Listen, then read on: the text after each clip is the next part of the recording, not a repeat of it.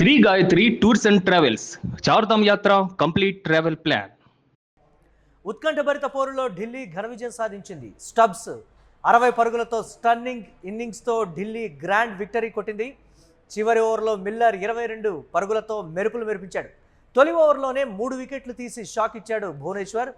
175 పరుగుల బెంగళూరు లక్ష్యాన్ని 19.5 ఓవర్లలో ఛేదించింది ఢిల్లీ డెవిల్స్. ఇక 57 పరుగులతో కేఎల్ రాహుల్ కూడా రాణించినటువంటి పరిస్థితి. దీనిపై మరిన్ని అప్డేట్స్ మా కరెస్పాండెంట్ వెంకట్ అందిస్తారు. వెంకట్, ఒక స్టన్నింగ్ ఇన్నింగ్స్ ఆడారని చెప్పాలి ఆర్సీబీ, అలాగే డీసీ మ్యాచ్కి సంబంధించి ఏంటి మీ అనాలిసిస్?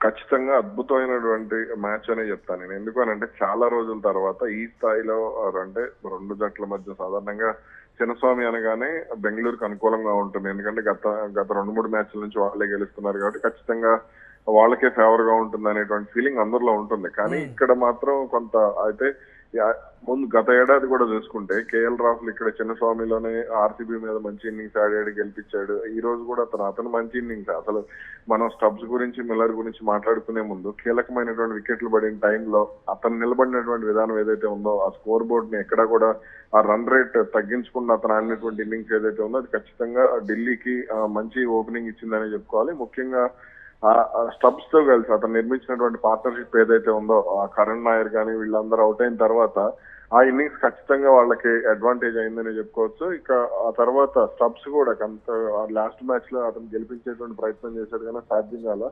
కానీ ఈ రోజు మాత్రం చాలా జాగ్రత్తగా ఎక్కడా కూడా తడబడకుండా అంటే సింగిల్స్ విషయంలో అంటే ఏ బంతి వేస్ట్ చేయకుండా, ఓకే పరుగులు వచ్చినా రాకపోయినా సరే ఏ బంతి వేస్ట్ చేయకుండా అతను చేసినటువంటి ఏదైతే ఉందో అది చాలా వరకు కూడా అడ్వాంటేజ్ అయిందని చెప్పుకోవచ్చు. అయితే ఇక్కడ ఆశ్చర్యపరిచింది ఏంటంటే ముంబైకి వాళ్ళకి సంబంధించి ఢిల్లీకి సంబంధించి ముఖేష్ కుమార్ బౌలింగ్, ఆర్సీబీకి సంబంధించి భువనేశ్వర్ కుమార్ బౌలింగ్, వీళ్ళిద్దరు బౌలింగ్ ఈ రోజు రెండు జట్లలో కూడా హైలైట్ అనే చెప్పుకోవాలి. ఎస్, అంటే ఆర్సీబీ బౌలింగ్ అంటే పటిష్టమైనటువంటి బౌలింగ్ ఉంది అనేటువంటి మాట. ఢిల్లీ ఆడినటువంటి తీరు, 3 వికెట్లు కోల్పోయిన తర్వాత కూడా ఇన్నింగ్స్ని నిర్మించినటువంటి తీరు, కేఎల్ రాహుల్ అలాగే స్టబ్స్, ఏంటి వీళ్ళ గురించి ఏం చెప్తారు? ఎస్, కేఎల్ రాహుల్ ఖచ్చితంగా. ఎందుకంటే అతను హోమ్ గ్రౌండ్ అది, అతను ఫస్ట్ నుంచి కూడా ఆ హోమ్ గ్రౌండ్ లో అతను ఎన్నో మ్యాచ్లు ఆడాడు.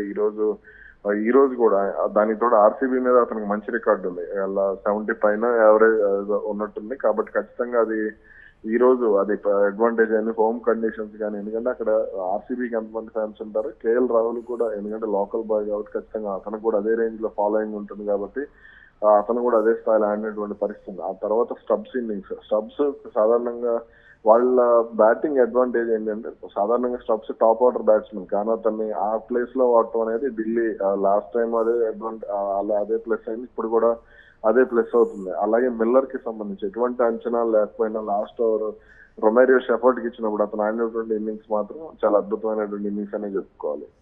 అంటే దీనికి సంబంధించి ఓవరాల్ గా పిచ్ ఎలాంటి పాత్ర పోషించిందంటే ఏం చెప్తారు మీరు? అంటే 200 పరుగులు దాటనటువంటి పరిస్థితి, హోమ్ గ్రౌండ్ లో ఆర్సీబీ నుంచి ఒక పెద్ద ఇన్నింగ్స్ ఎక్స్పెక్ట్ చేసినటువంటి సిచ్యువేషన్. సో రెండు టీమ్స్ కూడా కొంచెం ఇబ్బంది పడ్డాయనే చెప్పాలి. పర్ఫార్మెన్స్ వైజ్గా రెండు టీంలు అద్భుతంగా ఆడినప్పటికీ కూడా పిచ్ విషయంలో ఎందుకో ఒకంత ఇబ్బంది కనిపించింది. దాన్ని ఎలా చూడాలి? అవును, పిచ్ అది బౌలింగ్ అనుకూలంగా ఉంది, ఒకనొక సమయంలో బ్యాటింగ్ అనుకూలంగా ఉంది. అందుకనే కొంత బ్యాట్స్మెన్లు కూడా ఇబ్బంది పడ్డారు, ఒక టైంలో బౌలర్లు కూడా ఇబ్బంది పడినటువంటి పరిస్థితి ఉంది.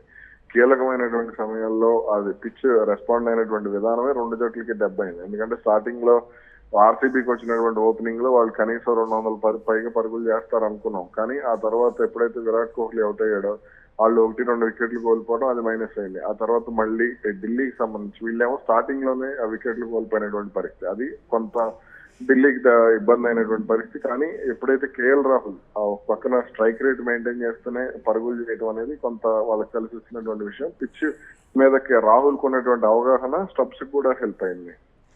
Right, thanks for analysis Venkat. ఇక ఉత్కంఠభరిత పోరులో ఢిల్లీ ఘన విజయం సాధించింది. స్టబ్స్ 60 పరుగులతో ఒక స్టన్నింగ్ ఇన్నింగ్స్ తో ఢిల్లీకి గ్రాండ్ విక్టరీని కట్టబెట్టాడని చెప్పాలి. చివరి ఓవర్లో మిల్లర్ 22 పరుగులతో మెరుపులు మెరిపించాడు. తొలి ఓవర్లోనే 3 వికెట్లు కోల్పోయినప్పటికీ అద్భుతమైనటువంటి ఇన్నింగ్స్ అయితే ఆడింది ఢిల్లీ. ఇక 3 వికెట్లు తీసి భువనేశ్వర్ షాక్ అయితే ఇచ్చాడు. 175 పరుగుల బెంగళూరు లక్ష్యాన్ని 19.5 ఓవర్లలోనే ఢిల్లీ ఛేదించింది. కేఎల్ రాహుల్ ఆడినటువంటి ఇన్నింగ్స్ 57 పరుగులు ఢిల్లీకి చాలా కీలకంగా మారినటువంటి పరిస్థితి.